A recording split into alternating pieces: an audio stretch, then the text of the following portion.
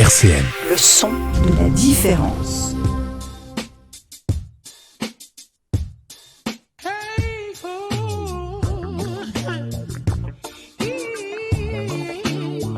Midi 30, le micro déconfiné avec Lionel sur RCN.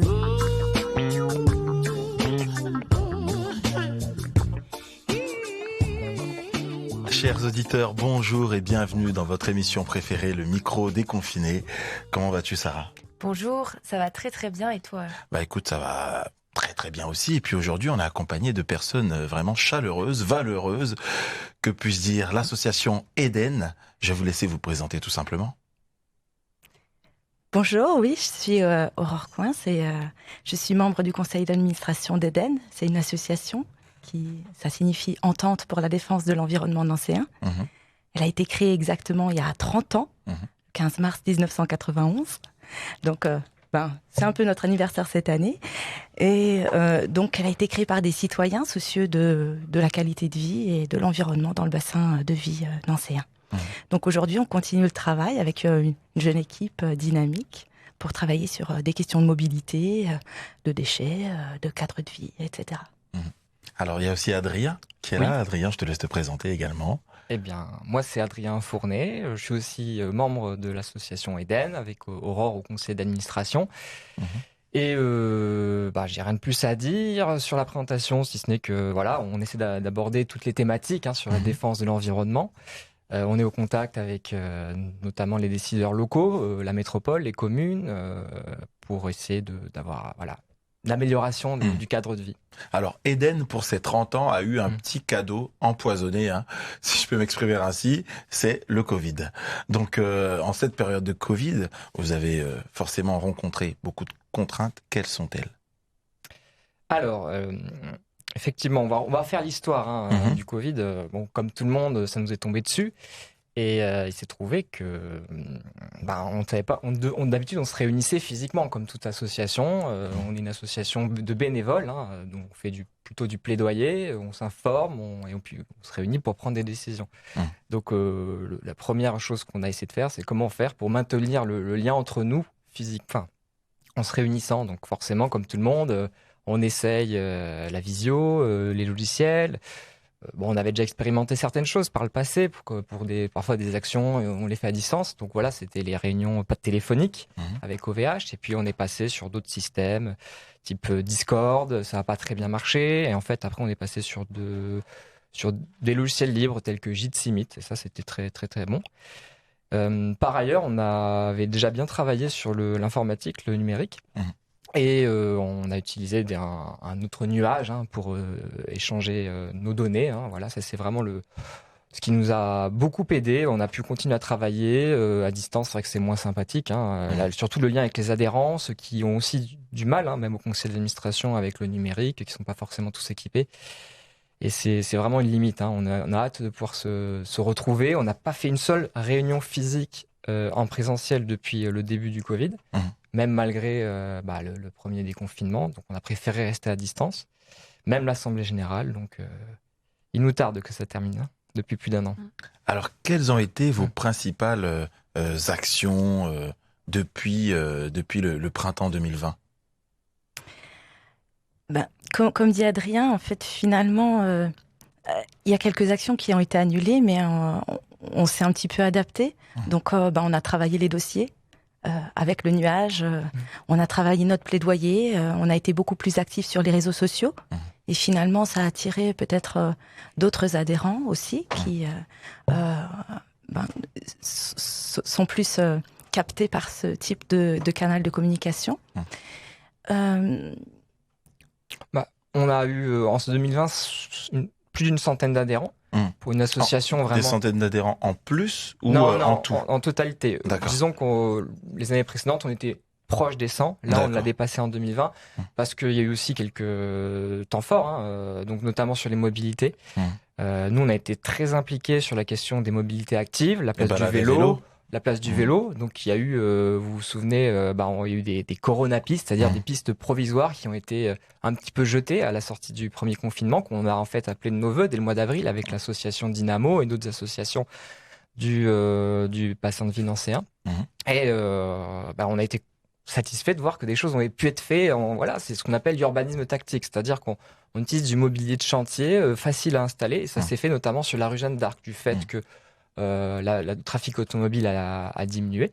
Donc ils ont pu l'installer et ça a eu un franc succès. C'est-à-dire qu'en septembre dernier, quand elle a été parfaitement réalisée, il y avait il y avait au moins 1 millier de cyclistes les meilleurs jours, quoi. D'accord, voilà, par jour. Voilà, donc on a eu les comptages de la métropole, on a fait nos comptages aussi. Donc on tient vraiment, voilà, c'est sur les aménagements, les améliorations qu'il peut y avoir sur le réseau sur lequel on agit. Et donc là, on continue avec l'équipe actuelle, on les pousse un petit peu. En ce moment, il y a les assises de la mobilité qui actuellement commencent juste, c'était mardi, là on a encore une réunion de 3 heures ce soir. Donc là, ils commencent en fait à consulter les élus de toutes les communes, les associations les plus impliquées. Et là, on leur demande, mais rapidement, c'est un sujet qui concerne tout le monde. Il faut absolument consulter les citoyens, ceux qui habitent, les usagers, et puis les impliquer. On en appelle à une véritable transformation, une évolution du sujet. Donc voilà, sur les mobilités, aujourd'hui, tout le monde... Enfin, un déplacement sur 2 se fait en voiture. Donc, sur le Grand Nancy. Donc, on demande à ce que ça change vraiment. C'est-à-dire que le vélo, sur une agglomération qui est d'une taille relativement modeste, ça reste une ville assez concentrée, Nancy et la métropole. Donc, il y a moyen de se déplacer beaucoup plus à vélo. Le vélo, aujourd'hui, c'est 2-3% des déplacements. Il y a vraiment moyen de faire mieux. D'autres actions, Aurore, si tu veux en dire d'autres? Oui, finalement, aussi pour les rencontres avec les citoyens, le public, on a utilisé la solution numérique en proposant des réunions publiques en visioconférence. Donc on en a fait quelques-unes, alors que d'habitude on aurait pu les faire sur le terrain. Et puis, pendant la période de déconfinement, on a quand même, sur la thématique des déchets, pu participer à une concertation préalable à la Neuveville pour un projet d'utilisation des combustibles solides de récupération par l'entreprise Novacarb. Donc là, c'est une concertation qui a été à l'initiative de l'entreprise et qui invite tous les riverains, les élus, les associations qui s'intéressent au projet parce que, bien sûr, il y a des conséquences environnementales et des changements. Et sur les conséquences, ça nous intéresse, donc on va y revenir. On va y revenir en parlant des conséquences environnementales, de tout ce qui peut nous donner, entre guillemets, la fièvre, et ça tombe bien. C'est le nom du morceau de Julien Doré qu'on va s'écouter tout de suite. Midi 30, le micro déconfiné avec Lionel sur RCN. Et on est toujours sur RCN, chers auditeurs, avec l'association Eden. On vient de s'écouter Julien Doré qui nous disait « Le monde a changé, il s'est déplacé quelques vertèbres et si on continue comme ça, bientôt on ira fêter les étés sur la banquise ». Est-ce que ce sont des paroles qui vous parlent? Absolument. Faut bien se rendre compte. Alors, la question climatique, environnementale, il y a véritablement, sous quelques dizaines d'années, un risque de dérèglement, une bifurcation, c'est-à-dire du cadre de vie dans lequel on est. C'est-à-dire qu'il y aura des déplacements de population à l'échelle mondiale. Localement, on aura des événements météorologiques extrêmes. Tout l'aspect sur la biodiversité. Bon, c'est vrai que tout cet ensemble, on n'a pas l'impression qu'au niveau du territoire, il y a tant d'impact que ça, mais quand on regarde globalement, quand on écoute et quand on lit les scientifiques, le rapport du GIEC, il y a vraiment péril. Alors, quand on dit ça, on veut vraiment pas inquiéter et alerter tout le monde. Quand je dis c'est toutes les associations environnementales, que ce soit nationalement, mais c'est-à-dire que c'est un défi humain, social, qu'on doit tous relever tous ensemble, et en fait, il y a déjà des solutions. Alors, elles sont principalement basées sur la sobriété des ressources. Donc, est-ce qu'on peut penser à la décroissance ou à la sobriété que prônent des personnes comme Pierre Rabhi, par exemple? Décroissance, c'est un mot qui permet de percuter, mais... À l'arrêt de la croissance économique telle qu'on la voit aujourd'hui dans le consumérisme, etc. Oui, voilà, effectivement. C'est qu'est-ce qu'on entend derrière le mot de croissance? Qu'est-ce qui doit croître, finalement? Décroissance, bien sûr, c'est un mot provocateur. Il vaut mieux peut-être parler de croissance, de l'amélioration du cadre de vie, du bien-être et du lien social, quoi, ce genre de choses, qui fait qu'on se sent mieux tous ensemble. Un exemple vraiment que nous on aime bien, Eden, c'est la pratique du vélo. C'est-à-dire que certes, on décroît notre consommation, nos finances quand on utilise ce moyen de transport, mais par contre, on y gagne en bien-être, en lien social. On est vraiment en contact avec les gens, avec le monde, tout simplement. C'est un véhicule qu'on peut être en mesure de réparer soi-même. Donc, dans ce cadre-là, on va aller aussi à, par exemple, dans des ateliers d'autoréparation. Il y a notamment l'association Dynamo à Nancy qui est pionnière. Qui est Place Saint-Èvre, à peu près, non? À côté de la basilique Saint-Èvre. Près de voilà. Voilà, dans lequel je suis aussi pas mal impliqué. Voilà, c'est un exemple pour dire que des solutions existent, elles sont souhaitables, elles sont humaines, c'est l'avenir qu'on prône en tout cas. Et justement, en tant qu'association écologique, tu parlais du vélo, mais quelles sont vraiment les valeurs que vous voulez véhiculer au sein de votre association? Les valeurs humaines ou sociales ou même économiques. Oui, des valeurs déjà d'ouverture, de bienveillance, des valeurs de protection de l'environnement, de concertation aussi, parce que, comme vous disiez, le monde a changé, mais bon, le monde change encore, et on essaye de le faire changer, et puis de changer soi-même dans nos pratiques, par exemple de mobilité ou de consommation, pour générer moins de déchets, par exemple. Bien sûr. Et vous nous parliez... Pardon, allez-y. Non, allez-y. Et vous nous parliez tout à l'heure que justement c'est l'anniversaire de l'association Eden qui fête ses 30 ans. Est-ce que vous pouvez nous parler un peu des évolutions qu'il y a eu depuis le début de la création ou des évolutions qu'il y a eu dernièrement? Ah, ça c'est compliqué parce que l'équipe en place, elle s'est un petit peu constituée depuis 3 ans et les anciens membres historiques sont peu à peu partis. Et donc même si on a toujours du lien avec elle, ceux qui sont là maintenant n'ont pas forcément vécu les premières années. Donc on a effectivement un petit peu un historique succinct, mais bon, quand on discute avec eux, ils ont quand même fait beaucoup de choses. Et sur certaines choses, ça a évolué. Sur d'autres, un peu moins. On voit que le combat continue, qu'il faut toujours agir parce que on n'en est pas là où peut-être ils auraient voulu qu'on soit. Il y a une urgence ? Oui, toujours. Il y a urgence à ne pas se précipiter non plus.